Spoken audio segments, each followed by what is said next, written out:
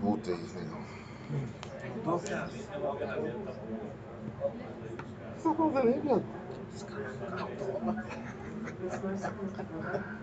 Ah, esse negócio é tranquilo, rapaz. Tá certo. O legal vai ficar nervoso um pouquinho, né? Tu já tava quase suando aí, né? Pá, ontem eu sofri, velho, aqui, velho. Ontem eu sofri.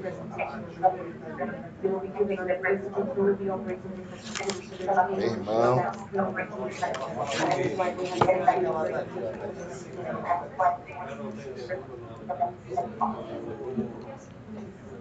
Okay. Anyway, I mean, I hope I will be receiving it soon. I will let you know if I don't get it, but if it has just been sent, it may just take a little bit to get into the inbox. Yeah. Do you want to set it as if you were told? No, I'm fine like this. It's So, because we're stopping it. because you don't hear me well. Because we're stopping it. And if you put headphones in, I just want to test if that'll stop it. If that's okay.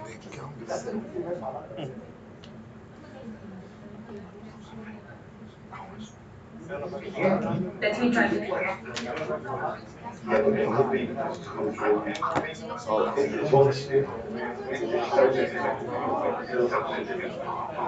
E aí, tudo bom? Como vocês estão?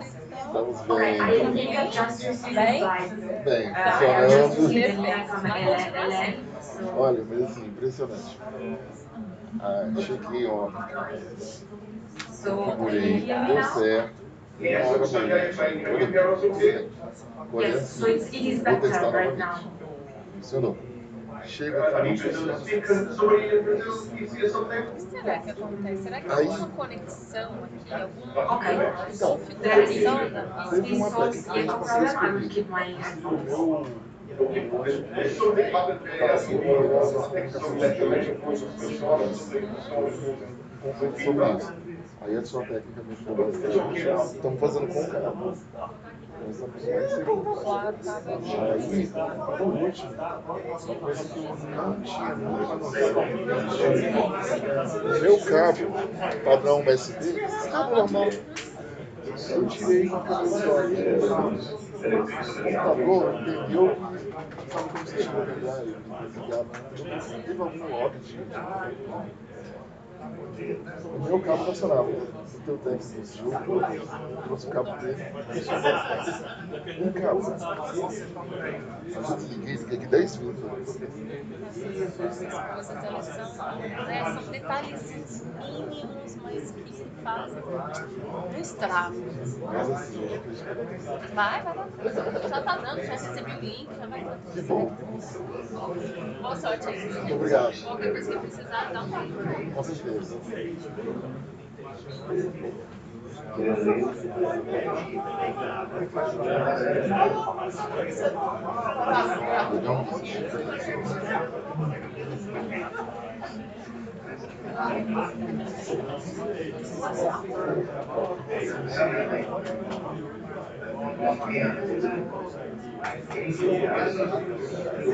Fechar com chave de ouro.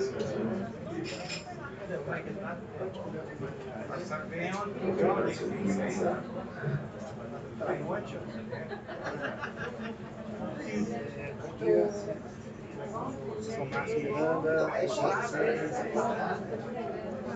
maravilha. Lá estava super doente. Mas isso foi só adiado, né? Com certeza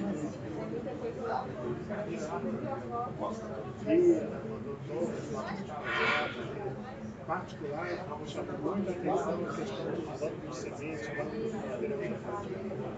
Na minha profissão, na minha carreira, muito ligada a essa questão. Passou bem, João? Yeah. Tudo bem?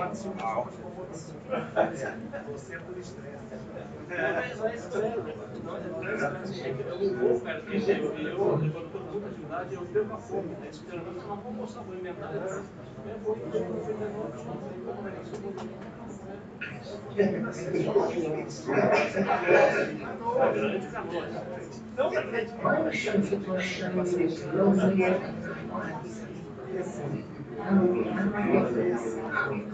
try to log into something else.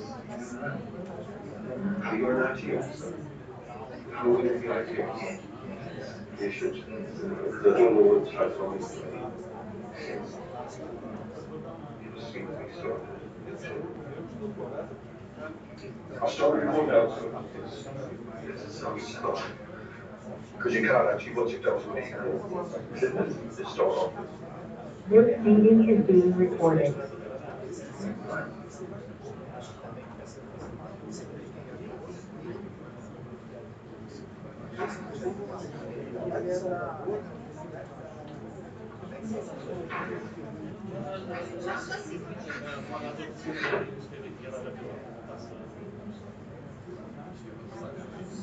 So just run through again, then you want to share your presentation, select that, and then when you stop, because you will have to stop sharing it, whoever wants to share this. Okay? But they can't, but obviously they can't show their presentations. But it depends on the ability, you need a PC attached to this. Obviously, I don't know what the conversation today, but it was not how we did it, that's what we're working and that's just to send the new idea. But in terms of your systems now,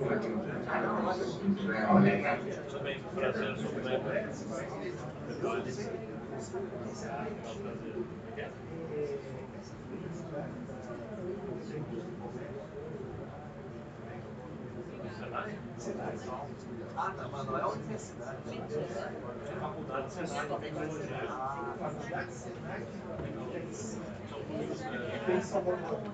tecnologia. Esse curso como político já. Eu já fiz revelação, já expliquei para todo mundo. Já deu tudo certo. Agora a gente pode. Legal? Aquele cara de economia lá, o presidente, o óculos não, o presidente. Certo. Muda porra.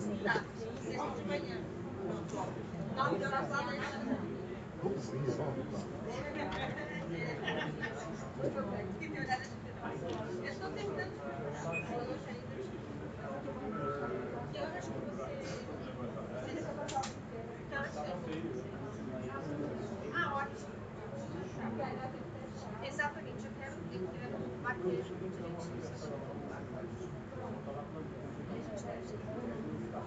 Você vai estar aqui sim, amanhã de manhã então a gente faz isso. Isso, bem amanhã de manhã. Aí eu entrego para vocês. Tratamento de canal de saúde. Amanhã de manhã a gente faz isso. Então pode ser amanhã de manhã, tá bom? Conseguiu descansar aí? Não,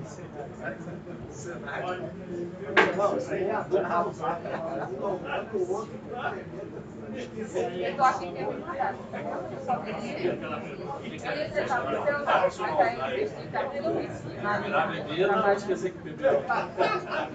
Mas tem que ser não, daqui a pouco eu vou atrás. Daqui a pouco eu vou atrás. Tem que ver o que é melhor. Virar bebida, não esquecer que bebeu.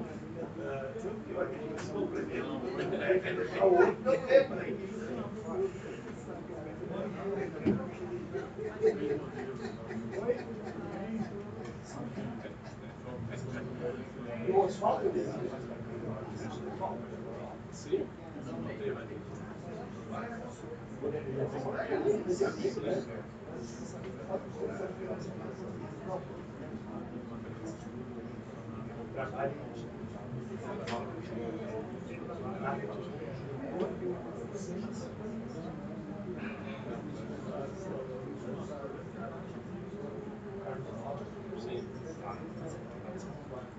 Eu nunca mais me dei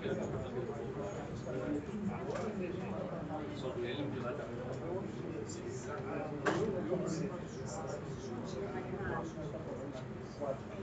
Esse que eu estava olhando depois, nem deve ser mais.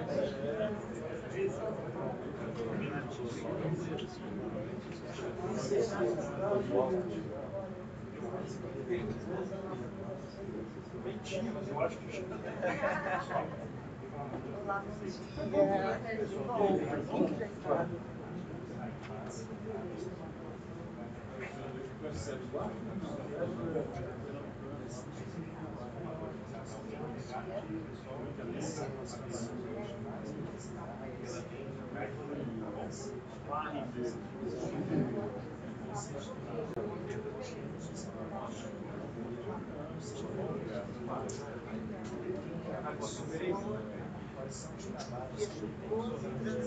Hello?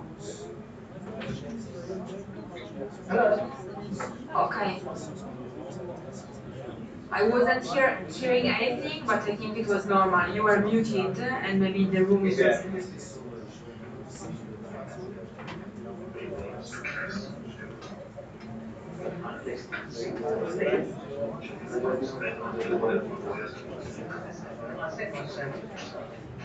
That's better than most groups.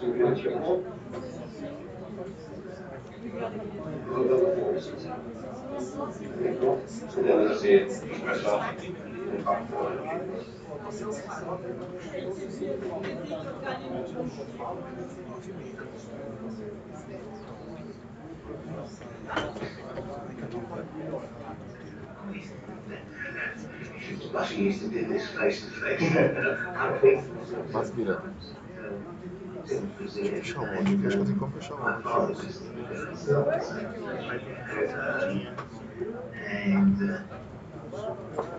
And it's a long way to go.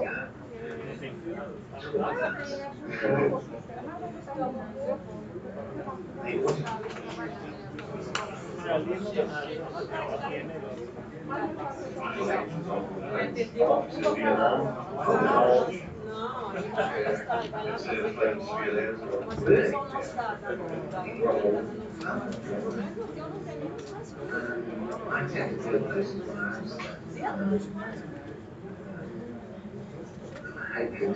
actually went to Australia for something to buy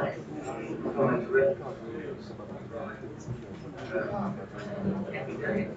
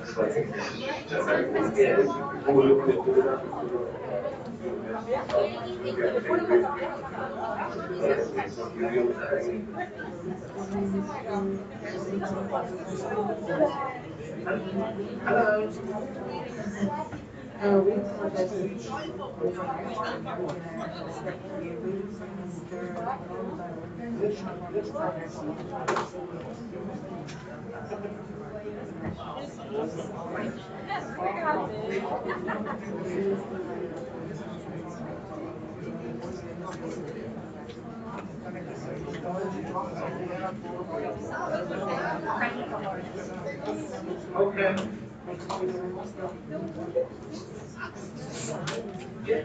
Just to check what time we are due to finish. It's now 9:30 in Brasilia, is that right? 9:33? And we're due to finish at 1:30, is that correct? Yes. Okay, that will be 3:30 English time. So you'll be going to my lunch break. So sometime I will eat my sandwiches. So rude, sir. Thank you. Thank you for your resistance.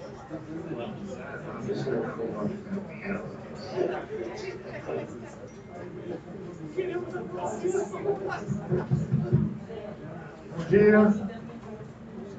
Vamos começar com um pouquinho de atraso. Estamos aguardando só as pessoas chegarem para que nós pudéssemos dar início a programação prevista para o dia de hoje, né?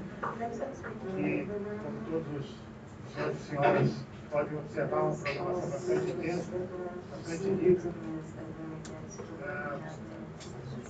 Eu vou falar devagar porque tem uma situação simultânea, né? E que, portanto, dá sequência a um conjunto de atividades que nós realizamos em parceria com o Legislativo, em parceria com o conjunto de instituições do Sistema Nacional de Ciência, Tecnologia e Inovação, mas em particular com a Secretaria de Ensino Superior, do nosso secretário Baroni. Mas antes de mais nada, muito obrigado pela presença de vocês, todos, muitos vindos do Sul, do Nordeste, do Brasil mesmo, de São Paulo, né?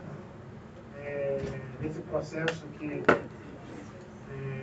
iniciamos já há algum tempo, né, secretário Baroni? E que a cada movimento que nós fazemos, nós percebemos que ele ganha intensidade, que ele vai sendo mais bem compreendido pelos principais atores envolvidos. E temos tido a muito grata surpresa de ver que o grau de adesão aumenta, eu diria até de forma exponencial, em função da mobilização de atores do sistema, de uma maneira geral, nas regiões dos projetos pilotos. E o exponencial, acho que também se manifesta quando nós, viajando e conversando com pessoas do sistema, dizem, mas eu também quero, mas eu também quero. E isso eu acho que a gente interpreta com certeza um sinal extremamente positivo, na medida em que você faz então dois movimentos, o movimento de consolidação, o movimento de aperfeiçoamentos conceituais ligados à elaboração do programa propriamente dito, ao mesmo tempo mantendo essas interlocuções vivas para, a partir da instalação na Secretaria do Programa pelo Ministério da Educação, abraçar então essas oportunidades de trabalhar com o território, obviamente agora em dimensões ainda territoriais ainda bem maiores, nossa expectativa do tamanho do Brasil, né? E nós temos hoje então, portanto, uma sequência dos trabalhos que já se iniciaram ontem com atores diversos, bem particularmente chamou muito a atenção pelos relatos que recebemos, a participação das agências financiadoras, a participação do Gabinete de Segurança Institucional da Presidência da República, obviamente a presença de todos vocês aqui. Mas hoje nós temos uma programação muito voltada para troca de experiências, né? E com certeza, pelos nomes e pelas instituições que participam da programação de hoje, nós já podemos antecipar que será uma troca muito rica, né? Nesse processo permanente de aprendizado, de ajustes, né? A partir de lições já há muito tempo aprendidas aqui no próprio país, mas também em outras partes do planeta, né? Particularmente a experiência que nós vamos receber aqui agora de instituições atuando na Europa. E com isso o processo vai se desenvolvendo, né? O conhecimento vai sendo acumulado no sentido de nos dar a todos os atores envolvidos a possibilidade suficiente para nós caminhando em passos seguros na efetiva implantação desse programa no MEC. Então, de minha parte, eu não poderia deixar de agradecer o envolvimento de todos vocês, todas as instituições que vocês representam, e temos tido a oportunidade de verificar isso nas conversas a partir do entusiasmo de cada um. Em qualquer lugar que a gente tenha atuado no entorno desse programa no nosso país.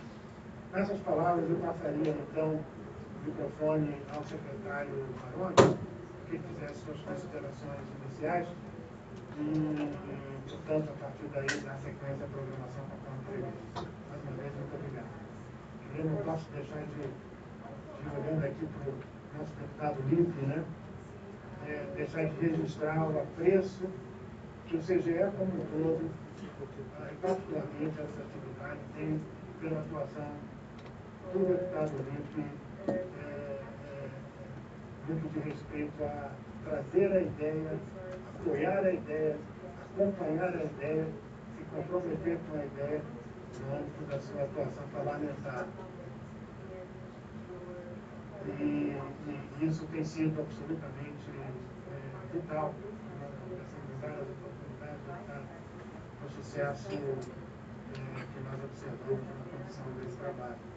E, obviamente, antes que eu me esqueça, agradecer muito fortemente a presença também dos nossos convidados do exterior, que estão nos assistindo por Skype e vão interagir conosco ao longo da programação de hoje. Secretário Baroni, por favor. Obrigado, Márcio. Bom dia a todos. Essa é uma instância, um momento que nós estamos compartilhando as experiências que desenvolvemos até o momento no âmbito desse programa, avaliando e recebendo também novos estímulos e novas informações no que tange a experiências internacionais que nos antecederam. No espírito de que o que fazemos aqui não é outra coisa, senão sistematizar ações que têm sido preparadas em diferentes momentos na história recente do país, é preciso considerar aqueles que já passaram por essas experiências e, portanto, precisam nos trazer também os seus aportes. Eu gostaria de lembrar que nós temos, em várias instâncias do governo, experiências produtivas em direções parecidas com essa que nós temos seguido. É mais incomum que o país adote políticas intersetoriais mais sólidas. De toda forma, as tentativas que fazemos nesse momento é de sistematizar tais políticas intersetoriais em certos campos de abrangência relativamente bem definidos. No que diz respeito a um país com a extensão e com a diversidade que o Brasil tem, a importância do desenvolvimento regional é indiscutível. Não preciso argumentar nessa direção, mas é preciso lembrar que mesmo em outras circunstâncias, países muito menores do que o nosso, que têm experiência histórica mais rica nessa direção, têm dado muita ênfase ao desenvolvimento regional. Haja visto algumas experiências europeias.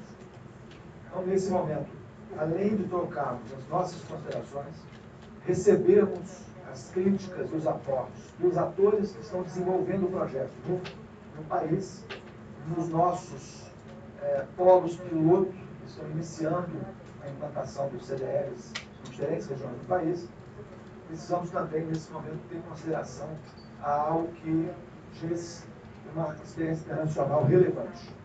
Então, trata-se disso, no reunião de hoje. Vamos, então, passar um dia em que vamos expor determinadas características do que estamos fazendo aqui, vamos ouvir uma série de atores e vamos receber também dos nossos convidados, John Goddard e Julia Massan, as suas considerações relativas à experiência que já desenvolveram nos seus países de origem. Então, eu queria aqui, primeiro, registrar e agradecer a presença de todos que nos atendem no convite para uma data que não é uma data fácil. Estamos nos aproximando do final do ano, as agendas são todas complexas. E também agradecemos muito a participação de John Goddard e Julia Massan através da teleconferência, nas considerações que vão descer ao longo dos painéis pela manhã de hoje. Muito obrigado. No momento é só isso. Vamos dar início à nossa programação de painéis e, na sequência, voltamos a alongar um pouco as nossas considerações. Obrigado, secretário Baroni. Vou passar a palavra para a Betina, para coordenar a nossa atividade adiante, e passaríamos imediatamente, então, ao painel 1, né? Projeto CDE, Estrutura, Horizonte para o Programa Nacional, que etapa em que nós contaremos novamente a presença do secretário Baroni e do nosso consultor, ex-diretor, realizador, estudioso do desenvolvimento regional, Antônio Carlos. Vou pedir licença aos senhores e senhoras para me ausentar, voltando uma viagem um pouco longa e com algumas pendências que precisam ser encaminhadas agora, mas voltarei ao longo da programação. Bom dia a todos, obrigada por esse nosso segundo dia de trabalho, obrigada pela presença. Eu vou começar, antes de passar rapidamente a palavra ao professor John Goddard, que é o nosso convidado de honra desse nosso painel hoje pela manhã, e também a colega economista da OCDE, Júlia Marçan, ambos já externando o meu agradecimento enorme por essa colaboração. Eu gostaria de falar, então, brevemente sobre o currículo do professor John Goddard e também sobre o currículo da nossa colega economista Júlia Marçan. E antes de começar, o secretário Paulo Baroni, eu gostaria de dizer ao senhor que seria de muito bom grado, isso é visto pelo CGE como uma ação importante, uma direção importante, deputado, nós no próximo ano, na continuidade do programa, que nós tenhamos observadores internacionais mais próximos a esse programa nacional, no sentido de que a gente possa, né, aprender com eles, né, a instalação de programas já dessa natureza dentro do território europeu, ver as similitudes, ver o que se pode trazer para o Brasil que seja interessante, ou adaptar outras, né, ideias e eixos de ação programática, né, desses eixos de ação dentro da União Europeia que possam nos ajudar na formatação final do nosso programa nacional. Então, em algum momento, seria muito oportuno também que essa equipe CGE, MEC e demais atores, né, os coordenadores dos CDRs locais, pudessem ter uma aproximação também com a montagem de programas dessa natureza dentro do território europeu. É uma grande satisfação ter o professor John Goddard conosco. Ele é provavelmente a maior autoridade hoje viva no tema desenvolvimento regional e IES, instituições de ensino superior, um vasto currículo nessa área, professor da Universidade de Newcastle na Inglaterra, mas consultor e advisor da DG Educação e Cultura da União Europeia, onde esses programas se situam, certo? E é uma grande satisfação que o professor John Goddard tenha se colocado à disposição na sua agenda complicada de trabalho para fazer essa conferência hoje pela manhã, seguida então pela conferência da colega economista Júlia Marçan, que é economista da OCDE, trabalhando especificamente com os temas de empreendedorismo, pequenas e médias empresas e ciência e tecnologia. Foram pensadas essas duas conferências porque são conferências complementares, elas vão dialogar, certo? Nós temos um sistema de tradução que está funcionando perfeitamente, as conferências vão ser em inglês, mas nós temos um sistema aqui dentro do CGE que todos podem acessar a tradução e acompanhar também a exibição das apresentações. Eu penso que estamos vou ressaltar de novo, estamos contentes com essa possibilidade de interagir com os colegas europeus. Não vou me alongar mais, vamos à conferência. Quero já pedir desculpas pelo atraso de 29 minutos, professor Goddard, mas hoje aqui em Brasília, e nós vivemos num clima de quase deserto, caiu uma chuva monumental e ficamos todos presos no trânsito. Isso também para não falhar naquela máxima de que no Brasil sempre se começa um pouquinho mais tarde, nem que seja por causa do tempo. Então, muito obrigada mais uma vez. Agradeço aos dois, agradeço ao professor John Goddard, agradeço a Júlia, que está sempre em viagem e que me atendeu sempre nos aeroportos. Fiquei encantada. Obrigada. E já, sem demorar, Vou passar a palavra, então, ao meu colega de trabalho, Antônio Galvão, que vai fazer a coordenação dos trabalhos dessa mesa, tá certo?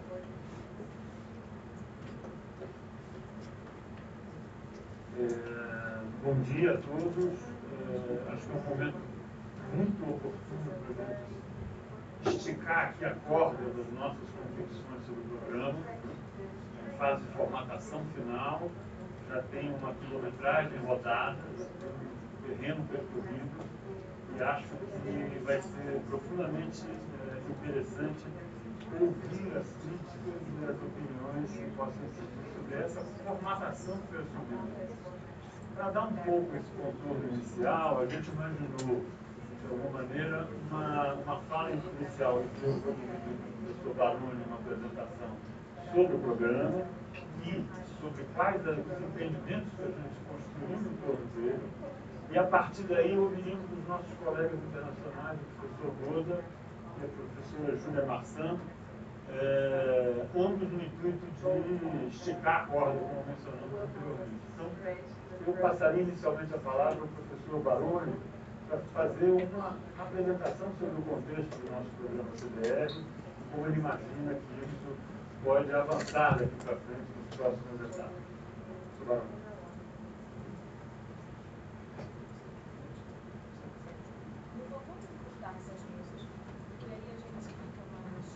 Muito bem.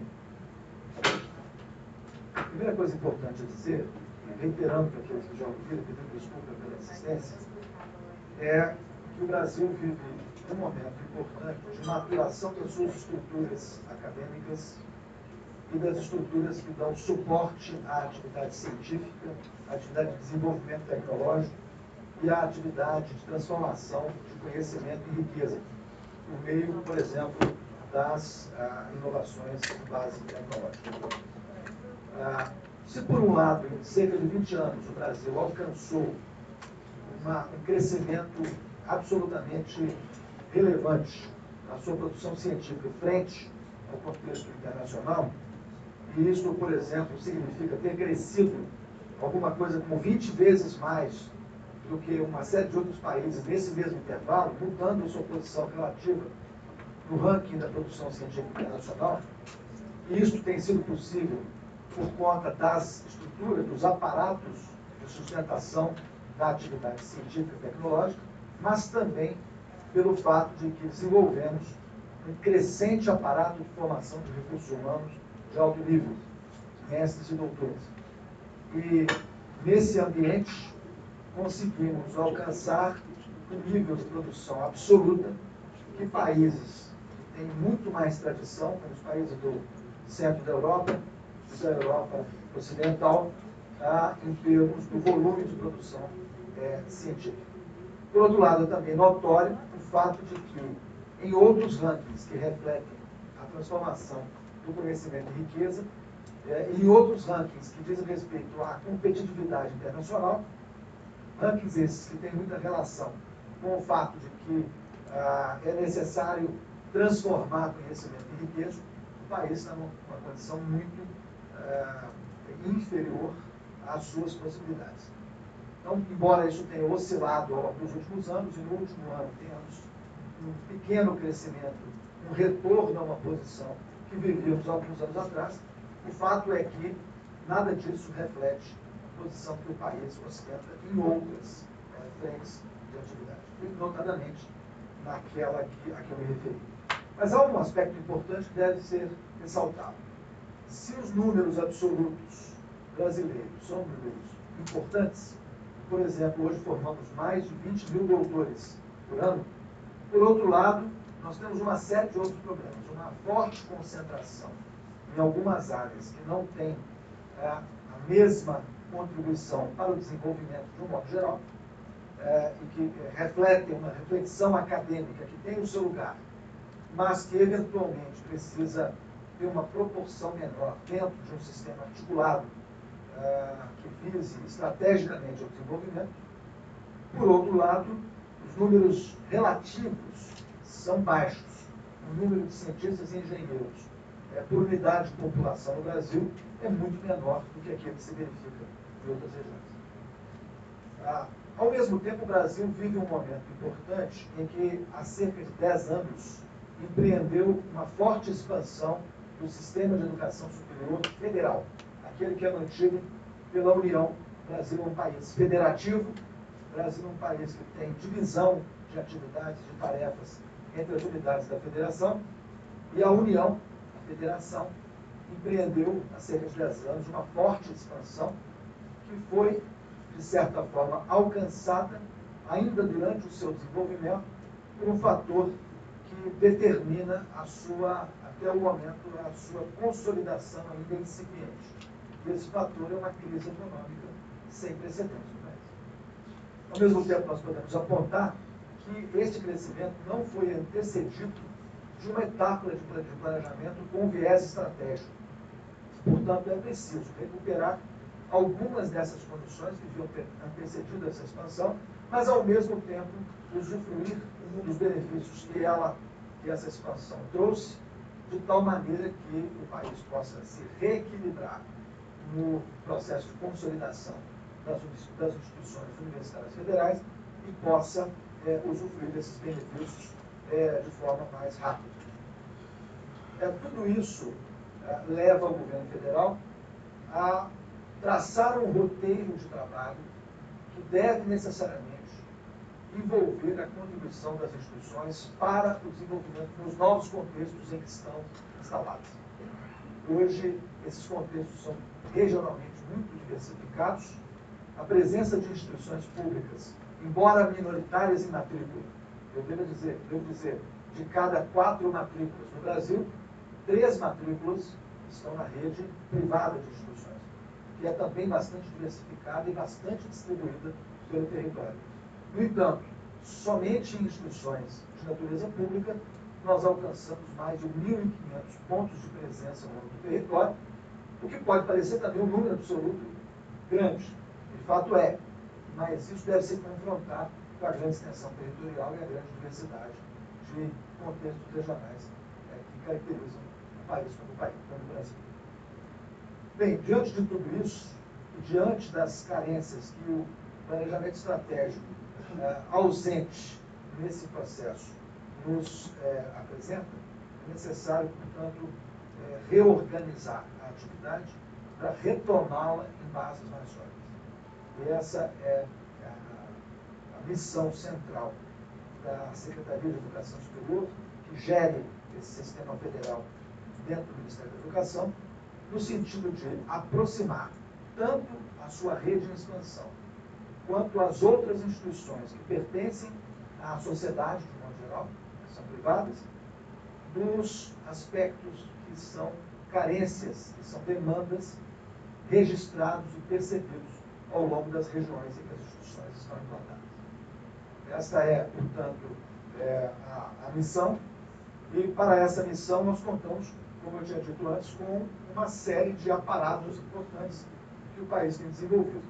Uma base de informações científicas e tecnológicas absolutamente significativa, que nos permite mapear, ao longo de qualquer circunstância, de natureza temática ou de qualquer outra natureza, quais são os potenciais, as competências concentradas nas instituições em cada ponto de presença ao longo do país. Por outro lado, uma forte base de financiamento à atividade científica e tecnológica, à formação de recursos humanos, que continuam levando o país ao crescimento desses setores. Em cerca de 5 anos, alcançaremos a formação de 25 mil novos doutores por ano. Tudo isso reforça a necessidade de redirecionamentos estratégicos. Trata-se disso, o programa parte, portanto, das estruturas existentes, da sua articulação, da sua mobilização em torno de uma causa que, de certa forma, é a causa em que muitos estão envolvidos já há bastante tempo, as agendas nos contextos regionais. Mas tentamos, com as sistemáticas que estamos implantando, organizar a atuação de tal maneira que isso constitua uma nova cultura de atuação, uma nova cultura, inclusive, de fomento à atividade e de formação de recursos humanos no país. Então, temos traçado esse cenário, temos articulado os atores, temos revertido a direção típica em que a universidade oferece os seus serviços à sociedade para receber da sociedade as suas demandas, de tal modo que a aproximação, que é sempre complexa, que se trata de instâncias organizadas de forma diferente, que obedecem a lógicas diferentes, obedecem a objetivos diferentes, mas que podem encontrar uma série de pontos em comum que permitam desenvolver a agenda mencionada. Naturalmente, essa é uma cultura, a cultura da aproximação de diferentes instituições no mesmo território já é um grande desafio. A cultura da aproximação dos entes extramuros que estão fora da universidade, daqueles que constituem a universidade e as instituições de ciência e tecnologia, também é um grande desafio. A percepção de uma série de atores ligados ao desenvolvimento, ligados ao fomento e ligados à formação, também é uma percepção que precisa ser refinada e, portanto, é um processo complexo, mas é um processo que, já nas suas experiências piloto, que também é um requisito para um país como o Brasil, em que nenhum grande programa será bem sucedido se o conceito não for testado, se as metodologias não forem testadas, se os procedimentos práticos na ponta, em cada uma das regiões, não forem submetidos ao crivo da realidade. Então, nos nossos projetos piloto, temos alcançado um grau de maturidade bastante importante, bastante significativo, que tem permitido, por exemplo, apreciar, vou me referir a um dos projetos piloto que estamos aqui discutindo nesta nossa reunião, que se iniciou ontem, o projeto piloto em Campina Grande. E aí, Gesinaldo, quero me lembrar que, ao mesmo tempo em que desenvolvemos uma agenda regional relevante, aquela que diz respeito às condições que aquela região observa, também constatamos e registramos que a mesma instituição universitária que lidera a agenda regional é capaz de desenvolver uma fortíssima agenda de inovação no campo das tecnologias de informação e comunicação, constituindo um dos principais polos de uma outra frente de trabalho que o Brasil desenvolve, que é a frente de trabalho de inovação de natureza tecnológica. A mesma instituição é capaz de concentrar as duas competências e é capaz, portanto, de, ao mesmo tempo que está próxima da fronteira da inovação tecnológica em comunicação e informação, está também próxima da sociedade regional, enxergando os seus problemas como problemas relevantes, como problemas significativos, como problemas que permitem também desenvolver uma agenda de atividade, de pesquisa aplicada, de formação de recursos humanos e de constituição de uma experiência que vai ser muito útil ao Brasil. Esse é apenas um bom exemplo, mas, naturalmente, eu poderia me referir a muitos bons exemplos também nos outros projetos pilotos que estamos desenvolvendo no momento.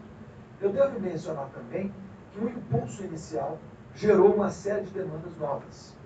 No próprio estado em que a cidade de Campina Grande está situada, há um desejo importante das outras universidades situadas em outras regiões do estado e da própria gestão do estado de multiplicar esse esforço para transformá-lo num esforço que mobilize todo o estado da Paraíba. Esse é um estado pequeno dentro da Federação Brasileira, mas é um estado que tem, primeiro, uma importância muito grande por estar na região do Nordeste, que é uma região que apresenta enormes desafios para o desenvolvimento, e por constituir um grande polo industrial naquela região. Isso é absolutamente significativo, junto ao fato de que as universidades da região também apresentam uma forte tradição de liderança em algumas áreas de atividade, como as engenharias, engenharia elétrica especialmente, e a área de tecnologias da informação e da comunicação. Então, tudo isso cria um favorecimento que permite, num território administrável, gerenciável, colocar tais conceitos e tais metodologias em avanço, mesmo que usando outras experiências que são contribuições adicionais ao projeto que estamos desenvolvendo. Isso é bastante oportuno e bastante importante. Vou mencionar aqui também que no próprio estado de Minas Gerais, que aí é um estado mais central na região sudeste do país, que ainda não tem um projeto piloto em desenvolvimento, terá, numa das suas extremidades, fronteiriça com outros estados, compartilhando com outros estados, muito em breve, um piloto em desenvolvimento. E aí esta região também tem características muito próprias, mas o estado, que é também muito diverso, é maior do que a França, é um estado bastante extenso do ponto de vista territorial, também está desenvolvendo experiências similares, com, eu diria, com alguns ingredientes, alguns elementos que se aproximam dos elementos do projeto, mas de forma autônoma. São projetos desenvolvidos com 4 universidades federais daquele estado, que estão tratando de questões muito relevantes para a economia e para os desenvolvimentos sociais locais. Haja vista as suas tradições ligadas à produção tanto de alimentos quanto da indústria artesanal em pequena escala. Em todos esses casos, as universidades estão apoiando com suas ferramentas próprias de planejamento, de diagnóstico, de solução de gargalos tecnológicos, de formação de recursos humanos com conhecimento das realidades, das problemáticas regionais, e também com a constituição de uma série de instâncias que permitem organizar a produção, dotar o pequeno produtor de instrumentos para viabilizar a competitividade tanto na produção quanto na veiculação dos seus produtos, e permitindo que serviços tecnológicos especializados também apoiem esse filão de atividades a serem desenvolvidas naquela região. Então, isto é importante porque isto gera uma multiplicação de ingredientes similares àqueles com que constituímos o projeto, mas de uma forma que passa a também gerar uma dinâmica própria que permite que o conceito da vinculação da missão institucional ao contexto regional e ao desenvolvimento desse contexto seja também estabelecido, consolidado e persista como uma das formas em que as universidades as questões próprias do país.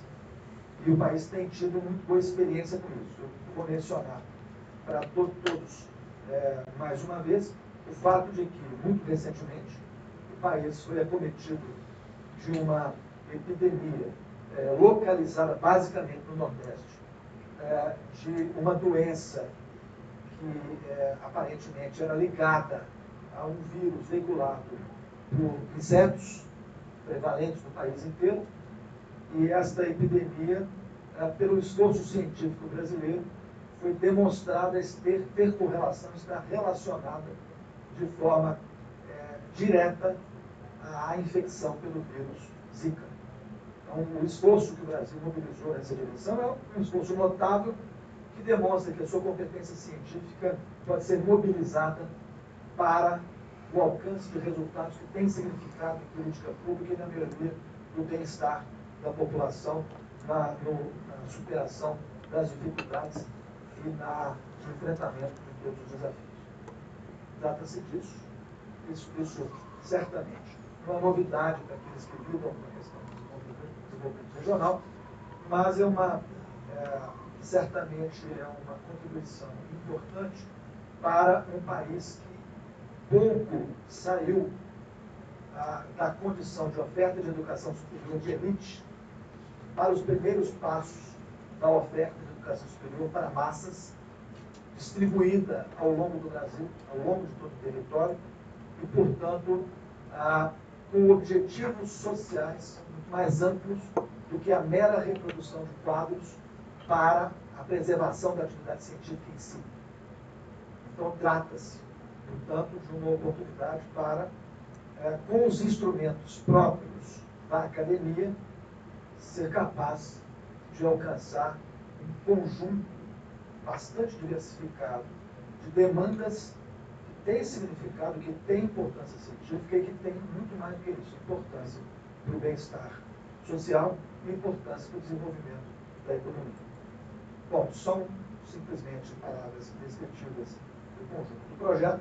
Esse é um projeto que pretende ainda inaugurar um conjunto de pilotos em regiões ainda não alcançadas pelos pilotos que inicialmente estamos desenvolvendo. Essas regiões envolverão cidades administrativas, como aquelas que são as cidades do entorno da capital federal, regiões agrícolas bastante desenvolvidas e com outros potenciais, como a região do Triângulo, a região da seca no interior do Nordeste, que apresenta outros desafios, cada vez mais manejáveis, inclusive pelo fato de que a transposição das águas do Rio São Francisco alcança algumas das regiões, notadamente alcança Campina Grande, sua região, mas há outros desafios a serem superados em regiões não alcançadas, como a purificação de água para consumo humano e para consumo animal. Pretendemos alcançar também a região amazônica, que é uma enorme região, alcança mais de 40% do território brasileiro e também é muito diversificado, mas vamos iniciar com uma experiência piloto numa das extremidades da Amazônia, assim como pretendemos alcançar também a região centro-oeste, que é caracterizada por um ambiente natural bastante peculiar, o ambiente do Pantanal, mas que também apresenta condições importantes nas fronteiras com países, nas fronteiras não cobertas pela floresta tropical, né, com países vizinhos da América do Sul, em regiões que estão ainda no Planalto e da planície e não na Cordilheira dos Andes. Então, tudo isso apresenta um conjunto de oportunidades diversificadas em que não só as questões que são mais relevantes são distintas, mas também as condições próprias de cada região são distintas e permitem traçar um quadro que valorize não só os resultados da experiência, mas que também aponte para cada uma dessas circunstâncias o que é positivo, o que precisa ser refinado, o que não é positivo e mais ainda, o valor da capacidade de interação que estamos desenvolvendo entre as instituições do campo científico e tecnológico, com as organizações da sociedade, com o poder público e com o setor produtivo. Bem, então isso é uma descrição bastante panorâmica, né? Naturalmente, todos os que estão envolvidos no projeto no Brasil conhecem muito mais aspectos do que esses que eu estou apresentando aqui, conhecem muito melhor e mais claramente os desafios, porque, de fato, quem lida com eles é quem está mais presente em cada contexto regional, e também é uma experiência que é muito conhecida, tanto nas suas virtudes quanto nas suas dificuldades, por aqueles que já o desenvolveram fora do país. Eu tenho algum conhecimento com a experiência italiana, mas não tenho conhecimento de experiências distintas dessa. Então, nós vamos ter a oportunidade hoje de ouvir do professor John Goddard e da Julia Marzan informações relevantes que vão nos ajudar a apurar o nosso senso para refinar o trabalho que estamos fazendo e para torná-lo muito mais impactante sobre as políticas públicas nacionais. Muito obrigado. Muito obrigada ao secretário Paulo Barão por esse panorama geral e eu acho que muito completo no sentido de descer já em alguns detalhes do que vem a ser a experiência brasileira e do que ela pretende também ser a partir de 2019, no sentido da ampliação dessa experiência de CDEs no Brasil.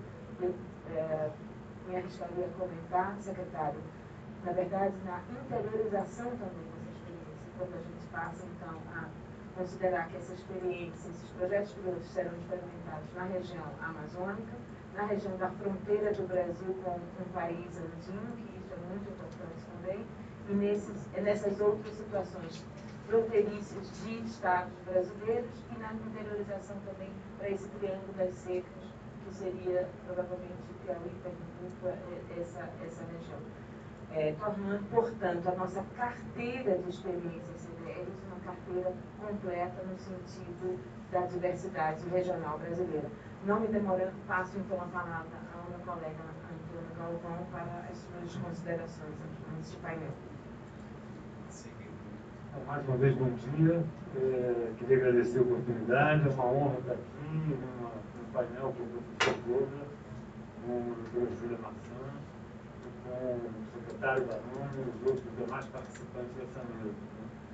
Eu acho que o que eu procurei fazer aqui é um pouco contextualizar alguns aspectos que, na minha opinião, são essenciais e nodais na experiência do projeto CDR.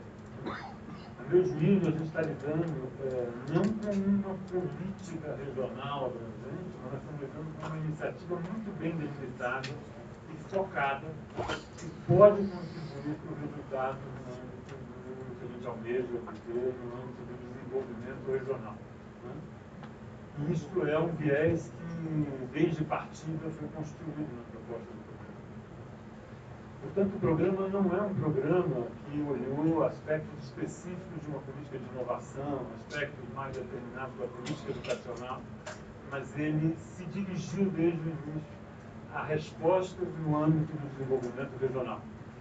E o desafio, que não é novo, né, vários países, eu acho que a gente vai poder explorar isso, avança nessa direção, é, na verdade, como relacionar esse aparato que é capaz de produzir inovações, que são impulsos dinâmicos ao sistema de desenvolvimento econômico e social e, portanto, gerar resultados almejados para as populações no contexto das diversas regiões do país.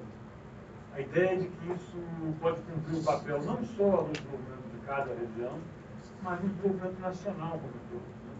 Lidamos mal com o território, sobretudo num país continental como é o Brasil, e alguns desses aspectos eu vou procurar realçar aqui. Eu também queria lembrar que uma iniciativa como essa, ao tratar regiões, não se exime de lidar com um contexto de múltiplas escalas. Para lidar com as regiões é fundamental pensar o global, o nacional, o regional, o subregional e assim por diante. E aqui a ideia dos programas é não desdenhar dessas determinações. O que promovemos com o programa CDR não dá conta de todas as dimensões do programa.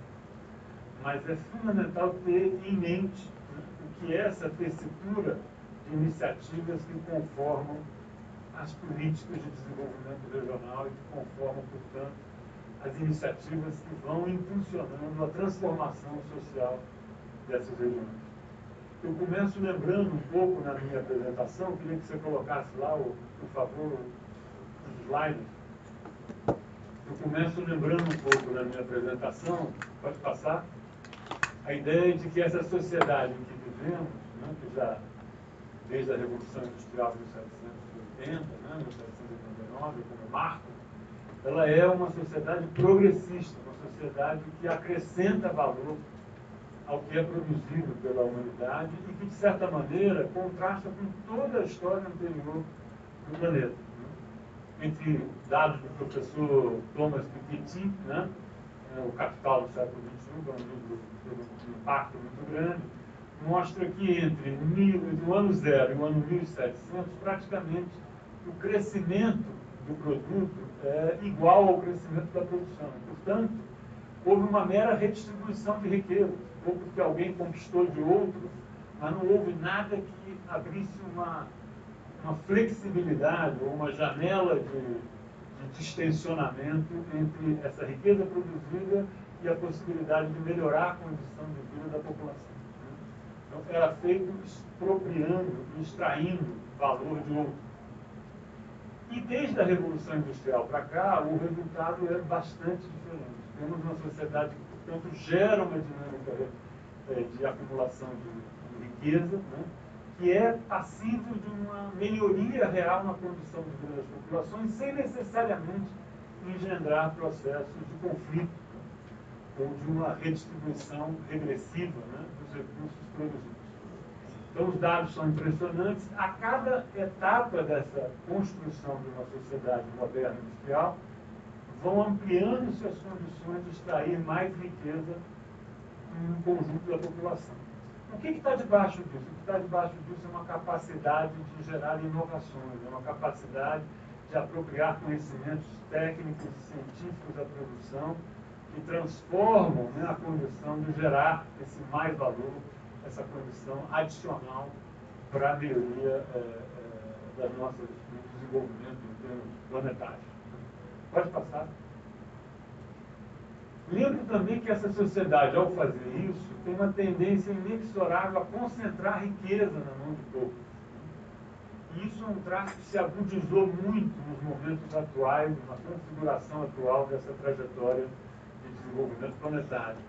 Ao ponto de que, se olharmos aqui uma distribuição dos bilionários no planeta, veremos o peso das economias centrais e a dificuldade com que economias de pouco fôlego ainda nessa ordem global têm para se manifestar. O mapa expressa exatamente uma visão transformada por essa distribuição desigual da riqueza. Né?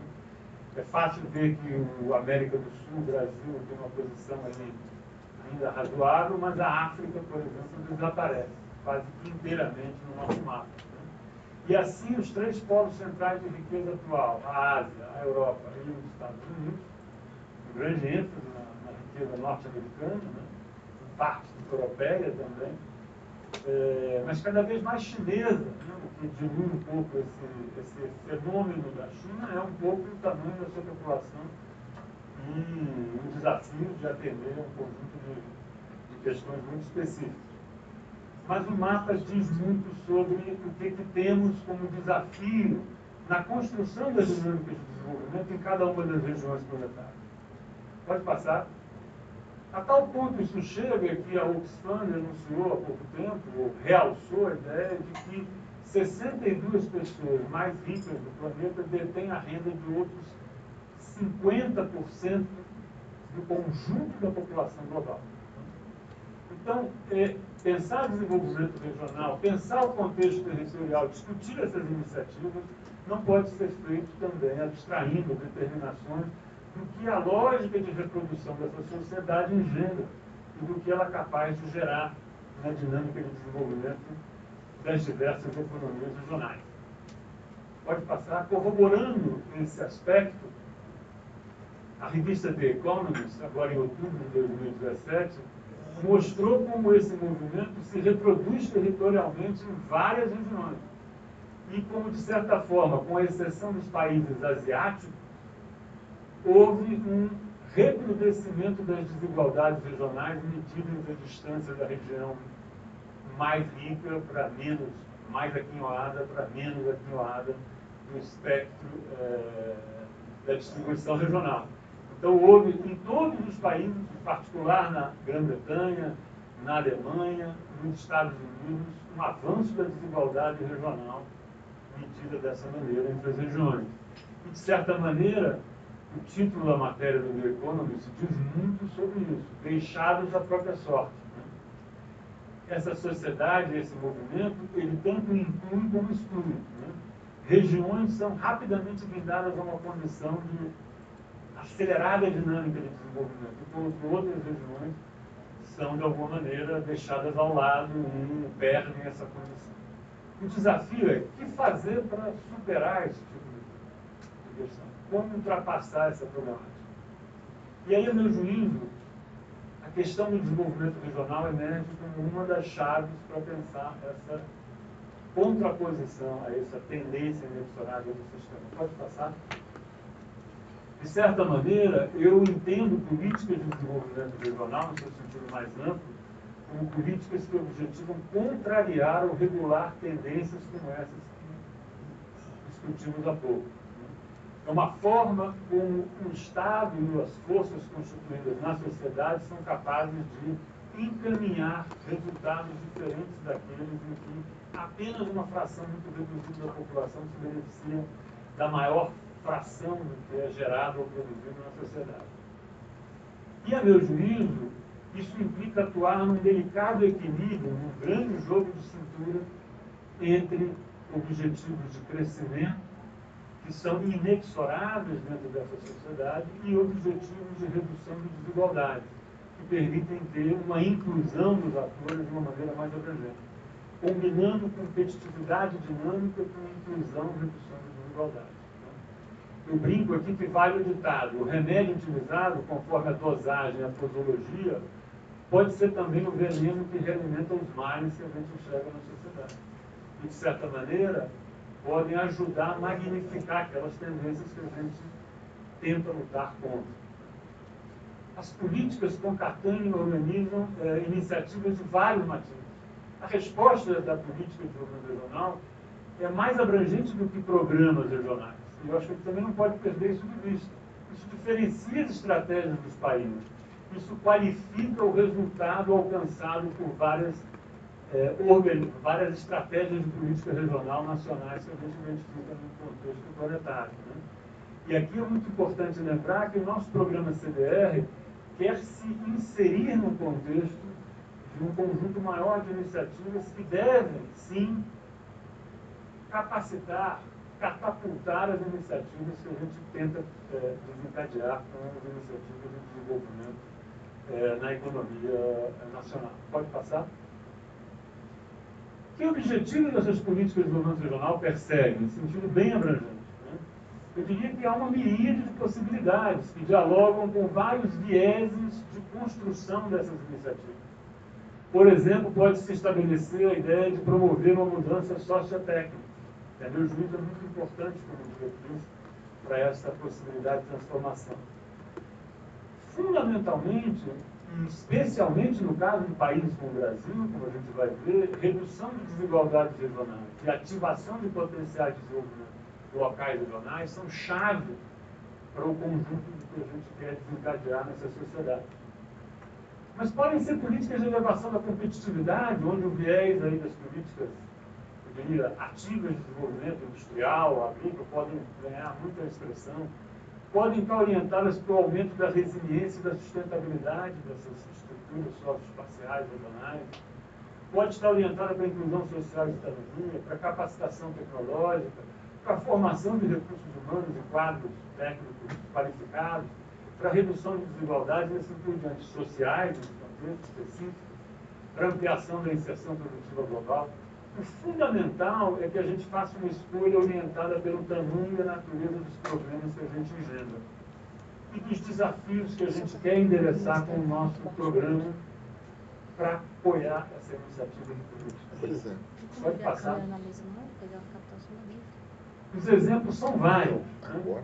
A União Europeia tem uma política muito ousada que foi atrelada ao empreendimento europeu, a ideia de construir uma unidade territorial, um conjunto amplo de países, que, de certa maneira, combina fortes aportes de investimentos em infraestrutura, que envolvem o meio ambiente, várias outras dimensões, e programas regionais inovadores, que tentam exatamente dialogar com a inovação e a mudança técnico-científica das diversas regiões, extrair o melhor dos contextos socioeconômicos e produtivos dessas regiões. Pode passar? Mas há outras formas de política. A política chinesa regional, pouca gente realça, é uma política que concentrou riqueza em determinados pontos do espaço. Talvez porque o grau de igualdade existente, social existente naquele contexto socioespacial, era tamanho que essa desigualdade deveria desencadear impulsos de desenvolvimento antes lethargicamente instaurados na sociedade chinesa. E o resultado é impressionante.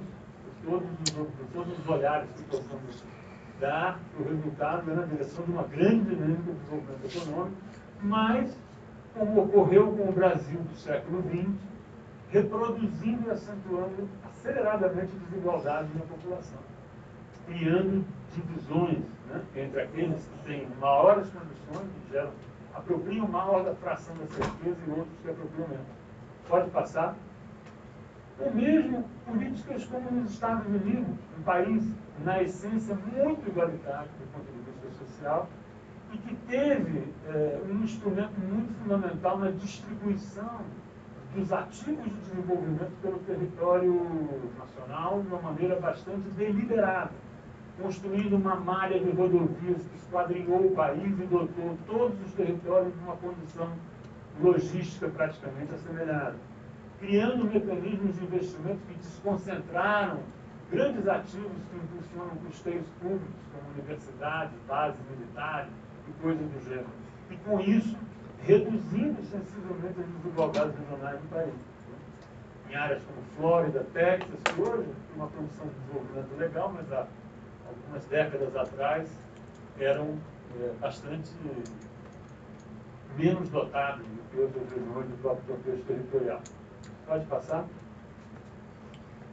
Uma resposta para isso que me agrada muito, e aqui eu estou colocando contrapontos quase que pessoais, é aquela que trabalha o que a literatura nomina como multi-layer perspective, né? Uma perspectiva de atuação em múltiplas camadas, e que deliberadamente introduz um viés normativo nas políticas, as políticas endereçadas a uma certa finalidade. Eu acho que o CDR tem uma certa aderência. A ideia é transformar o que está presidindo a organização dessas sociedades e construir alternativas que permitam desligar de velhas opções anteriormente executadas em direção a novas opções que respondem melhor aos requisitos de desenvolvimento que desejamos produzir, né? Isso está profundamente ligado à ideia de mudar a base técnico-científica das regiões ou da forma como as regiões organizam suas ações em direção a maior intensidade de uso do conhecimento técnico, melhor atendimento a requisitos de desenvolvimento sustentável, assim por diante. Sem me alongar, acho que as políticas ganham um sentido bastante objetivo. E isso, para mim, é um guia importante para pensar programa. Quando no projeto CDR queremos, de alguma maneira, entrar na base das regiões, dialogar com seus atores, os atores regionais principais, e gerar uma carteira, uma agenda de iniciativa do projeto, nós queremos endereçar coisas que mudam as condições que aquele território tem para projetar o seu desenvolvimento. A tal aranha de irrigação que tem lá em Campina Grande, que permite no semiárido fazer irrigação subterrânea por gotejamento a custo muito baixo, é de fato uma alternativa que, escalada, levada a uma escala de apropriação socioeconômica ampliada, pode ter um significado muito abrangente nesse contexto socio-regional e gerar impulsos bastante expressivos de desenvolvimento para aquelas populações desassistidas do semiárido brasileiro. A mesma coisa, diria eu, quando a gente vê a possibilidade de alterar condições básicas, né, da forma como se organiza, por exemplo, a produção ovina no sul do Brasil. E, a partir daí, gerar impulsos que, por uma simples transformação da capacidade de reduzir o custo, né, ou o desperdício que a gente tem na perda de matrizes, né, ao longo do tempo, você gera naquela sociedade. Quais são as melhores apostas que a gente pode ter para essas sociedades regionais? É essa pergunta que preside a construção da agenda do CDR. É essa pergunta que, de alguma maneira, conduz o desafio principal das nossas agendas de desenvolvimento regional. Pode passar.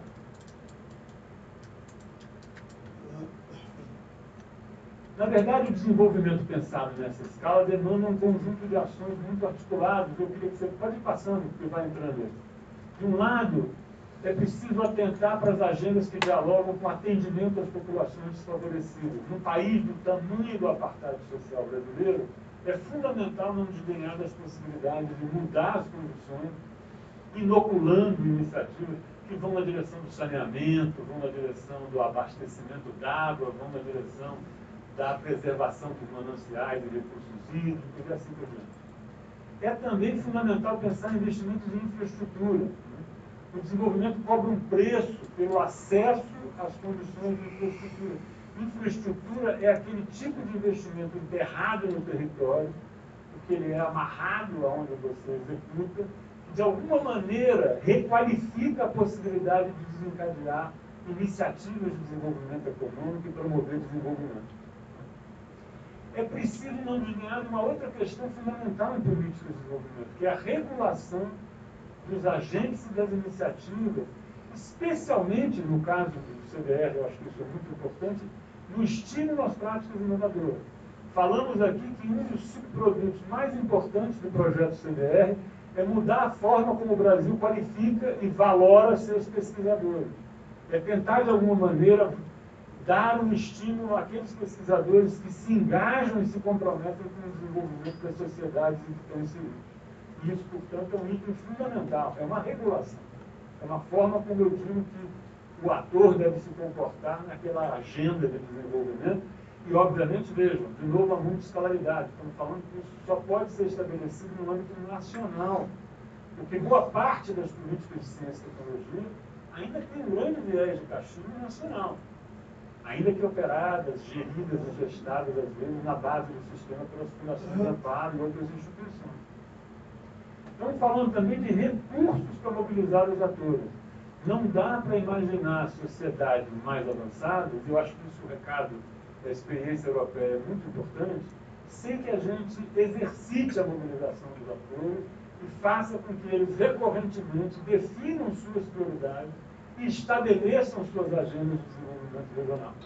Na minha opinião, não é nenhuma novidade para os nossos parceiros internacionais, essa é uma condição sine qua non de uma política que rompe com uma dimensão top-down e que cria as condições para um exercício mais bottom-up, né, mais de baixo para cima, das iniciativas de desenvolvimento que desencadeamos, rompendo com uma tradição muito economicista, né, do desenvolvimento regional nos seus primórdios no pós-guerra. E isso demanda políticas regionais e locais alinhadas. Estamos falando ali de algo que pode presidir muito mais do que políticas regionais, mas embaixo é preciso evoluir na capacidade de capacitar, coordenar e mobilizar instituições-chave. Para mim, o CDR é, sobretudo, uma construção federativa, onde, de fato, essa interação entre o nacional, né, o estadual e o local ganha dimensões de outra envergadura. E, finalmente, uma articulação de estratégias e políticas concretas e bem definidas. Nós não escorregamos nisso na proposta do programa CDR. Nós fomos muito bem focados. Dissemos que o programa era especialmente para organizar a contribuição que a base técnico-científica no interior das regiões podia dar ao desenvolvimento regional. Jamais confundimos o CDR com programas plenos de desenvolvimento regional, mas focamos nessa direção. Nós não resolvemos todos os problemas de desenvolvimento da região, todos os desafios da política de desenvolvimento regional, mas nós damos uma contribuição diferenciada e importante. E eu acho que isso evita uma série de equívocos do passado. Muitas iniciativas e programas no passado, eu milito na área há muitos anos, se desviaram por adotar essa visão meio abrangente, etérea e generalista do que fazer no território. Pode passar? Não preciso reforçar isso, eu sempre digo, mas eu não esqueço, regiões importam muito nesse cenário de desenvolvimento atual e, sobretudo, nesse contexto de globalização, onde o papel que elas exercem, especialmente na articulação dos atributos inovativos que a gente almeja apropriar nas iniciativas de desenvolvimento regional e a correlação direta com os seus atores regionais, pode progredir. Essas interações inovativas são apropriadas nas regiões. E também os resultados, percebam. Se as sociedades estiverem, de fato, engajadas na construção de quais são as prioridades regionais das agendas, eu garanto a vocês que elas vão ter melhores condições de participar dos benefícios que serão gerados por essas iniciativas.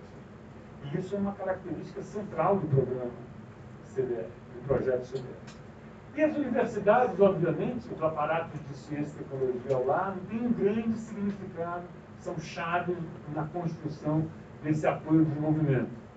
Porque elas, de fato, são a condição melhor que dispomos, inclusive, no Brasil de hoje, como o secretário Baroni realçou a la larga, para fazer a tradução dos conhecimentos em direção a uma apropriação social extensiva e de grande envergadura. E aqui o desafio do programa está muito claramente definido. Como estimular a articulação das universidades e instituições de ciência e tecnologia no apoio ao desenvolvimento das regiões. Pode passar? As universidades, não preciso dizer, geram conhecimento novo e resultados de pesquisa que interessam diretamente a essas agendas, e não só a elas, transcendem de muito o espaço da contribuição do governo das regiões. Elas promovem um papel, talvez o mais básico e importante de todos, que é produzir mão de obra e recursos humanos qualificados para o desenvolvimento, alterando as condições essenciais para que a gente possa desencadear o processo de desenvolvimento. Elas tentam buscar maior interatividade, articular-se em rede, abrir-se para a inovação, como uma condição que vai crescentemente tomando conta das agendas dessas instituições. E elas, na verdade, estimulam as condições de competição e cooperação e, de alguma maneira, disputam com seus congêneres os melhores resultados nessa direção de apropriar conhecimentos à dimensão social, gerar impulsos de apropriação, gerar novos conhecimentos na pesquisa básica, na pesquisa aplicada, assim por diante. Na verdade, então, a universidade ela não é uma mera fonte de conhecimentos para o desenvolvimento regional, mas ela é, sim, um ator central que pode contribuir com os seus congêneres e parceiros, institutos, instituições de ciência e tecnologia, na transferência desses conhecimentos processados na economia, para uso processado na economia e na sociedade.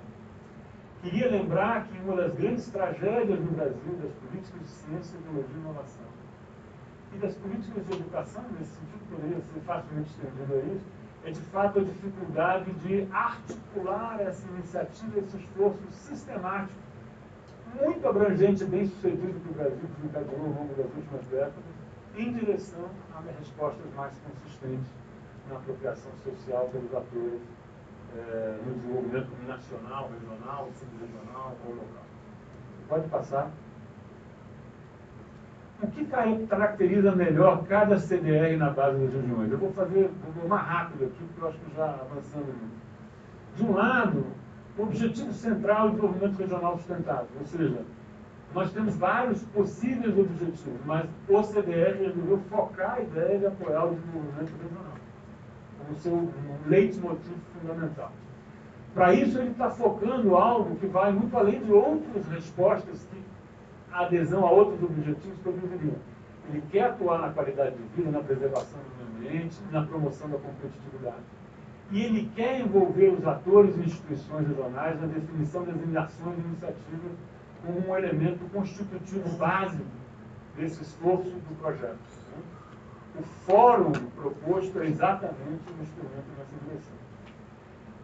A razão da relação entre inovação e desenvolvimento está na base do projeto vai na possibilidade de que a gente gere impulsos sociais transformadores para a transição sociotécnica e vai na direção de solidarizar o interesse desses cidadãos regionais em torno à apropriação dos resultados que se imagina produzir nesse contexto do programa de apoio regional.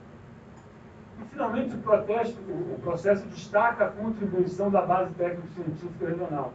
As universidades e CT se articulando e socializando um pouco e ampliando a capacidade de resposta que pode ser dada pelo meio técnico-científico aos anseios regionais.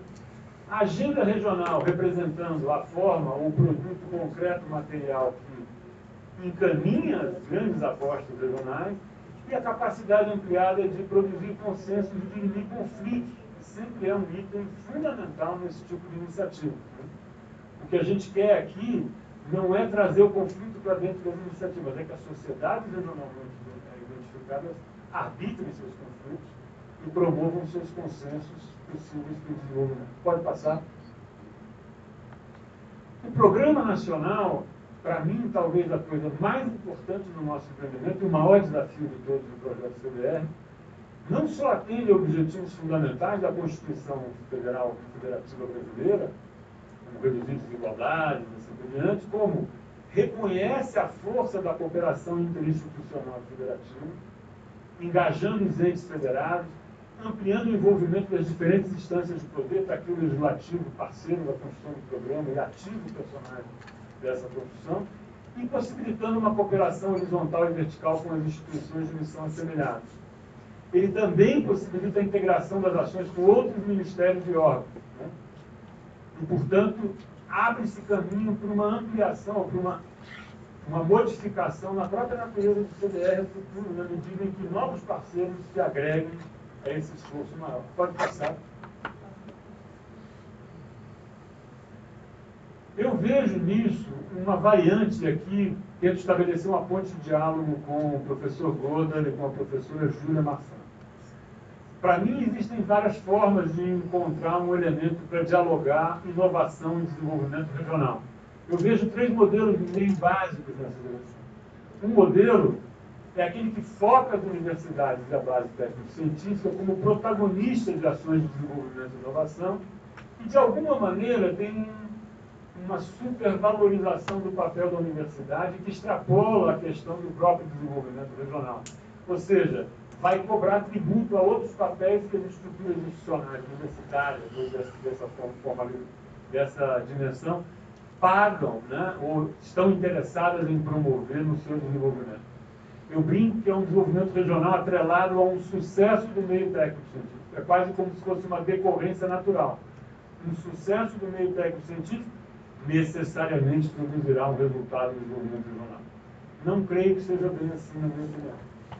Um outro viés coloca as empresas como locus essencial dos processos de inovação e, de alguma maneira, determina quais contribuições.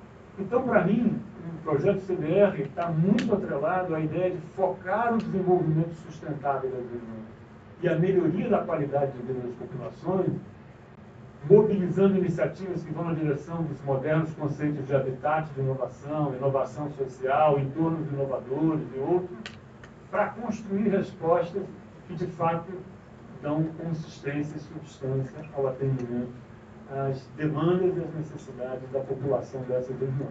E que, portanto, dialogam de maneira mais plural com essas regiões. É óbvio que eu estou aqui fazendo caricaturas e que esses modelos, esses arquétipos de desenvolvimento não são necessariamente excludentes, né? Ou uma coisa não está desalojada integralmente pela outra opção que se possa fazer nessa direção. Pode passar? Termino com 5 perguntas que eu acho que queria colocar na mesa para os nossos expositores, né? A primeira é que mecanismos ajudam a combinar regulação nacional e autonomia local, dado que o nosso objetivo do projeto CDR é construir uma política nacional que apoia as iniciativas territoriais e locais. Portanto, gostaria de ouvir sobre que regras, ritos, procedimentos podem ser vistos nas experiências internacionais para auxiliar o desenho do programa CDR nessa questão. Segunda pergunta é de que forma promover a escolha dos territórios contemplados, atendendo a critérios que não deixem de respeitar aos objetivos de redução das desigualdades regionais e também não rebaixem demais a qualidade dos resultados que se almeja obter com o programa. Que critérios podem ajudar a conciliar em simultâneo a inclusão de territórios prioritários e o atendimento do mérito de projetos de maior criatividade e potencial de inovação? Terceira pergunta: como melhor estimular a organização social dos territórios? O que dizem as experiências de programas assemelhados desenvolvidos em seus países? Recursos devem ser alocados para mobilizar atores e grupos sociais? Quais os limites e cuidados necessários a esse apoio, para esse apoio? Qual a melhor forma de se operar no financiamento da programação dos territórios, ou seja, no financiamento dos projetos? Que instrumentos adotar? Incentivos, subsídios, créditos são mais interessantes para o programa na experiência de vocês? Qual o espectro ideal de atividades contempladas? E, finalmente, qual o melhor arranjo para obter resultados mais robustos em termos de inovação? O que pode ser negociado? Que instrumentos e incentivos são mais interessantes? Qual o espectro ideal de atividades contempladas? E assim por diante. Muito obrigado, gente. Pode passar o último.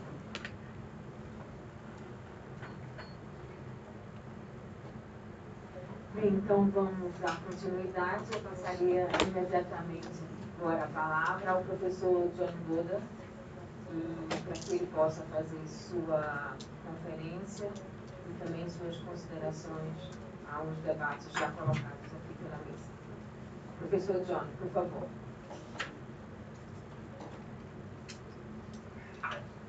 Thank you. Hello everyone, can you hear me? Yes. Yes. Okay, I'll start. It's difficult because I'm talking at you and I don't know whether you are hearing me. So let me proceed. Can I first say how much I welcome to contribute to this? I've had some knowledge in prior discussions of what is going on in the GER program, and I must say it is very interesting, your approach. It is, what I see you're doing is creating a learning system. You're trying to learn from international experience, you're trying to learn from your pilot projects, and you're having a variety of partners in those processes. You seem to be adopting what I would call a multi-level governance approach, looking with national, provincial, regional governments, local governments. You're trying to involve many actors in the system, universities, civil society, businesses. So I think you, from what I can observe, you are incorporating best practice from across the globe in this whole agenda. So I'm delighted to be able to help you on this very important journey. Translator, am I going too fast? No. No, from our side, it's okay. Hello? It's okay. Can you hear me? Yes. Yes. Yes, perfect. Yes. Can you hear me? Yeah. Yes, so we can do and translation is fine. Thank you. Okay, thank you. Okay, well, I will go through this presentation now and go as slow as possible. The outline of my presentation is going to be looking about the international policy context, the potential role of universities in regional development, the promise, if you like, some of the mechanisms that can be used, the tools, what's possible, some of the barriers and challenges. This is not easy, and what in fact is being done, the practice, if you like, and then a new model, which I call the civic university.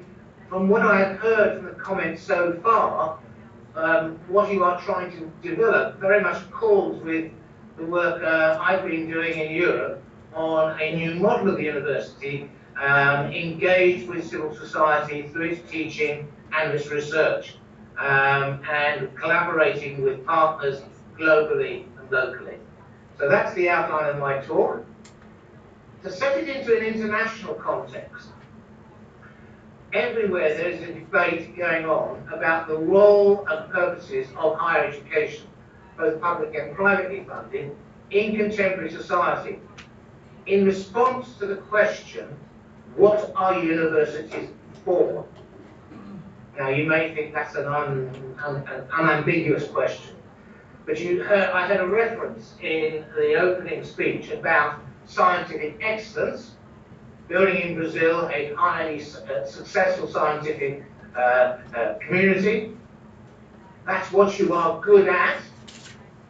But civil society is also interested in what you are good for.